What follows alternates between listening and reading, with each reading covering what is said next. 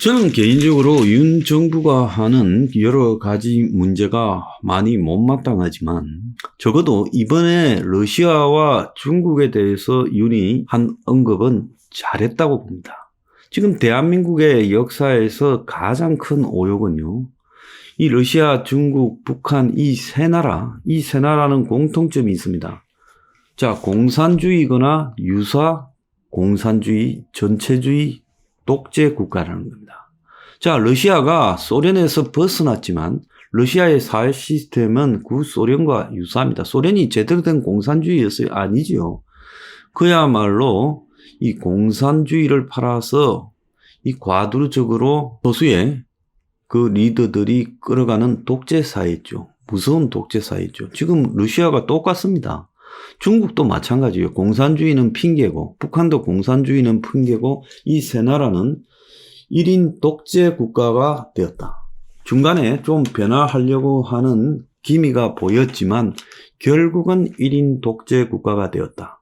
그 다음에 두 번째로는 이 나라에는 민주주의나 선거나 의회나 이 언론이나 그리고 사법 시스템이 존재하지만 이 모든 것은 형식적으로 존재한다. 자, 러시아에 한번 보세요. 이번 우크라이나에 대한 전쟁에 반대하는 시위대들을 징역 몇 년씩 때리고, 그리고 푸틴에 대해서 반대하는 정치인들을 징역 수십 년을 때리거나 의문사는 일이 생기고 있지 않습니까? 러시아가 제대로 된 국가라고 할 수 있습니까?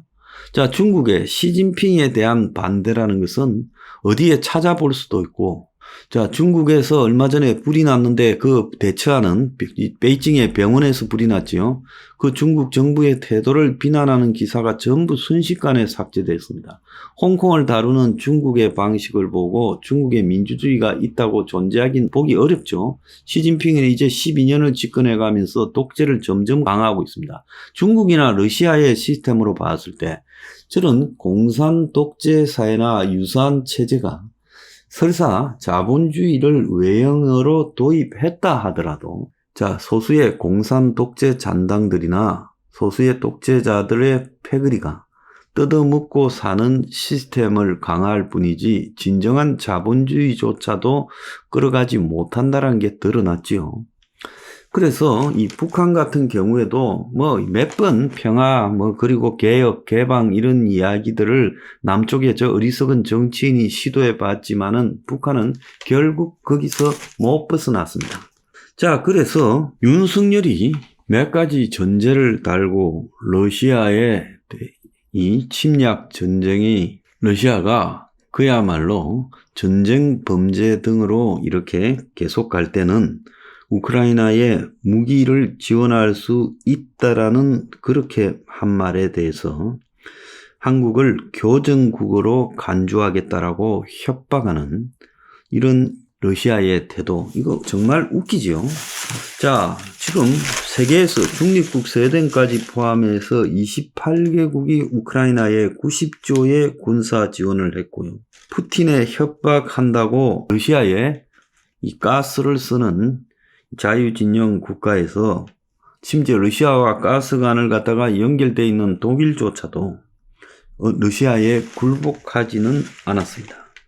그래서 러시아가 지금 이 우크라이나를 지원하는 미국, 영국, 독일, 폴란드, 네덜란드, 캐나다, 노르웨이, 스웨덴, 프랑스, 호주 같은 이런 나라들에 대해서 계속 그냥 두지 않겠다 협박을 하고 핵을 사용할 수도 있다라고 공갈을 쳤지만은 아무도 이런 부분에 대해서 굴복하지 않았습니다.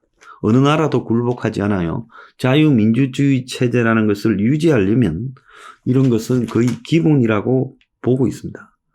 자, 윤이 로이터 통신과의 인터뷰에서 중국, 대만 사이의 갈등에 대해 중국을 겨냥해 힘에 의한 현상 변경을 시도하고 있다. 맞지요? 중국이 대만을 갖다가 강제적으로 이렇게 점령하려는 시도를 지금 보이고 있지 않습니까? 그래서 거기에 대해서 국제사회와 함께 절대 반대한다. 이런 입장을 말한 거예요. 자, 이것은 미국이 늘상 하는 표현을 한국이 했을 뿐입니다. 자, 한국의 이 안보적 이해와 관련 있는 대만 문제, 여기에 대해서 한국 대통령이 힘에 의한 현상 변경이라고 우회적으로 중국이 대만을 침공해서는 안 된다라는 표현을 쓸 수 없습니까? 중국이 대만을 침공하면 미국이 개입할 거고 거기에 지금 한국도 개입돼야 될 상황이 벌어질 수 있고, 만약에 미국이 개입하지 않는다면 한국의 안보는 매우 위태롭게 북이 오판을 해서 한국도 지금 북이 공격할 수 있다. 자, 이런 부분 때문에 당연히 우리 대통령 입장에서는 중국에 대한 이런 경고를 해야죠. 여태까지 중국 눈치 보면서 대통령이 중국을 방중하는 도중에 대통령 옆에서 기자들이 중국의 일개 사설 경호원들한테 발표도 한마디도 못한 정부, 그리고 차별을 받으면서 혼밥을 먹어도 한마디도 못한 그런 문재인 같은 사람과는 적어도 다르게 말하는 것이 한국의 대통령으로서 자격이잖아요. 그런데 중국의 그 외교부 대변인 같은 애가 정리의 브리핑에서 자, 타인의 말창견을 용납하지 않는다라고 말을 했어요. 자, 이 부분에 대해서 외교부가 말창견 불어 반발한 중국 외교부 대변인을 향해 입에 담을 수 없는 발언을 했다. 그래서 국격을 의심케 하는 외교적 결례라고 이전에 한국 외교부에서 볼 수 없었던 높은 수위의 항의를 했다는 겁니다. 자, 이거는 굉장히 잘한 일이다라고 저는 보고, 거기서 한 발 더 나아가서 중국 대사를 갖다가 외교부로 초치해서 항의한 것도 매우 잘한 거라고 보고 있습니다. 일부 보수 언론들이요, 이런 문제에 대해서 이 사설을 통해 가지고 러시아의 우크라이나에 대한 발언, 중국에 대한 발언이 그게 여러 가지를 고려해서 신중하게 말해야 된다라는 등 이런 류의 이 표현을 쓰고 있는데 저는 매우 유감이라고 봅니다. 재벌들이 중국이나 러시아에서 장사를 해야 되겠지만은 재벌들의 장사 이전에 존재하는 것이 국가의 이익이고, 국가의 이익은 국격을 사수하는 데서 나오는 것이다. 당장의 눈앞에 이익에 이렇게 몰두하지 않고 이 국가의 품격을 세워야 기업들도 이득이 된다는 겁니다. 그런데 언론들이 당장 대통령 발언 때문에 국내 기업들이 러시아에서 그러잖아도 여러 가지 매출이 줄었는데 철수해야 되나 요딴 보도들을 하고 있고, 윤의 우크라이나 지원 의사를 밝힌 부분에 대해서 기업들이 머리를 굴리고 희비를 엇갈려 하면서 언론을 동원해서 이런 부분들에 대해서 불만 섞인 논조들을 내비치는 것은 매우 잘못된 것이다, 저는 보고 있습니다. 한국이 이렇게 하니까 미국도 굉장히 놀라운 발언을 한국이 했다. 아마 요 근래에 지금 2000년 넘었어서 한국 대통령 중에 이렇게 발언한 사람이 아무도 없죠. 그러니까 윤이 미군 수뇌부의 안보 브리핑을 받는다.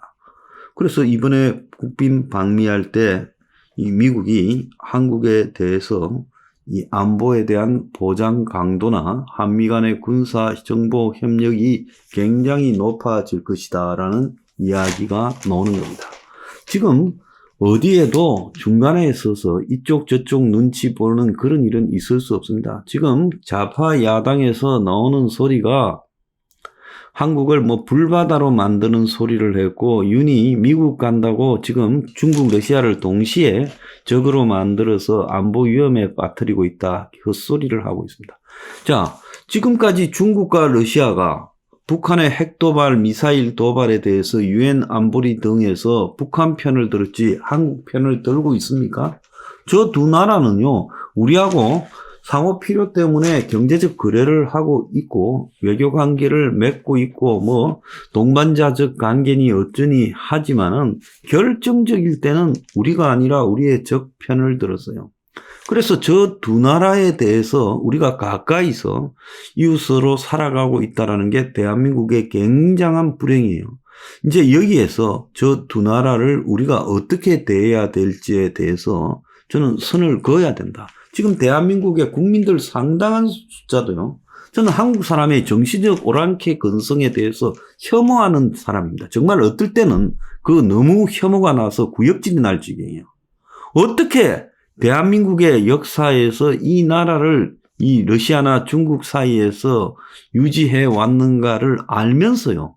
러시아, 중국을 옹호하는 발언을 하는 한국의 좌파라는 것은 그야말로 이 사대주의의 극단까지 간 사람들 아닙니까? 이거는 이번에 말 잘했고요. 물러서거나 후퇴하지 말고 이 말을 유지하고 그 말에 걸맞는 행동을 하기 바랍니다. 이 국익이라는 거는요, 눈앞에서 얄팍하게 몇 가지 이익을 갖다가 따지는 게 국익이 아니에요. 박근혜 전 대통령이 천안문 막루에 올라가는 순간에 대한민국 국익은 무너진 거예요. 그때부터 미국은 한국을 진정한 우방으로 생각하지 않았어요. 한국의 보수 대통령까지도 의심했다는 거예요. 자, 이런 측면에서 이거는 이양 한 말 당당하게 유지하고 이참에 국민들한테 러시아, 중국과 우리가 가겠느냐 아니면 미국을 비롯한 자유 서방 세계와 가겠는가라는 부분에 대해서 이제 경제와 안보 이런 문제에서 이 블록화되어가는 관계에서 나홀로 살 수는 없다는 거예요. 유럽의 저 잘난 프랑스나 또 독일 그리고 스웨덴 심지어 핀란드 같은 나라도 이제는 편을 선택하고 있어요. 그래서 그 사람들이 지금 우크라이나를 군사 무기를 보내고 지원하는 이유의 핵심이 뭐라고 보십니까? 노르웨이도요, 석유 팔아서 번 돈을 우크라이나 지원하겠다잖아요. 왜 그런다고 보세요? 궁극적으로 자기들이 살아가는 이 체제는 자유민주주의 이 서방 체제와 함께 갈 수밖에 없다. 미국, 영국이 중심이 된 그 체제에서 살아가야지 러시아하고의 관계 속에서 살아갈 수 없다. 절대로 믿을 수 없는 존재고 그것은 과거의 이력이 증명한다고 판단을 했기 때문에 그런 거 아니겠습니까? 자, 한국에는요, 정신 못 차리는 그런 정치인이 많은데 이 배경에는요, 정신 못 차리는 국민이 있기 때문이다. 이제는 한국의 입장에서 중국, 북한, 러시아를 어떻게 바라봐야 될지 이 감을 잡지 못하는 국민들은 솔직히 말하면 대한민국 국민이 아니라 북적 오랑캐에 부역하는 자들이다. 저는 그렇게 생각합니다.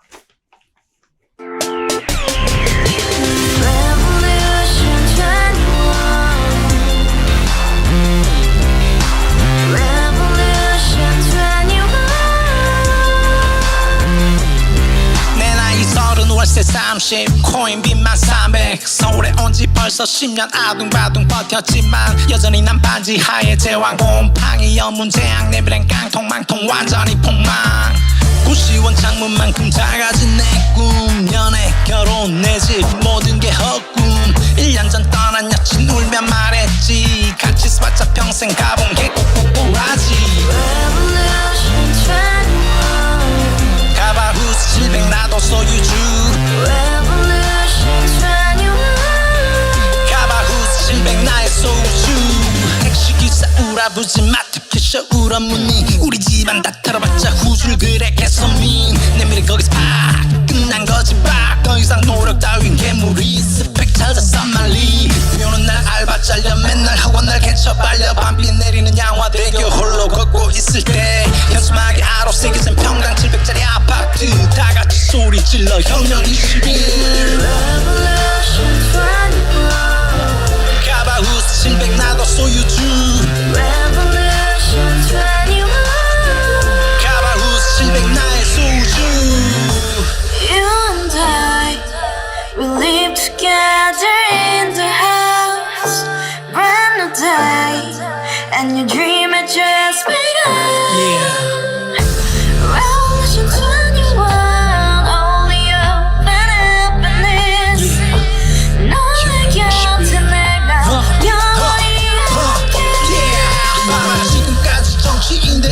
열면 찝찝찝 깨소리 멍멍멍 쳤다 하면 뻥 잘난 부모 만나 잘난 학교 나오면 뭐 하나 우동살이 꽉 찬 대가리 깍꿍 소리 텅텅 저 푸른 초원위에 그림 같은 집을 짓고 평생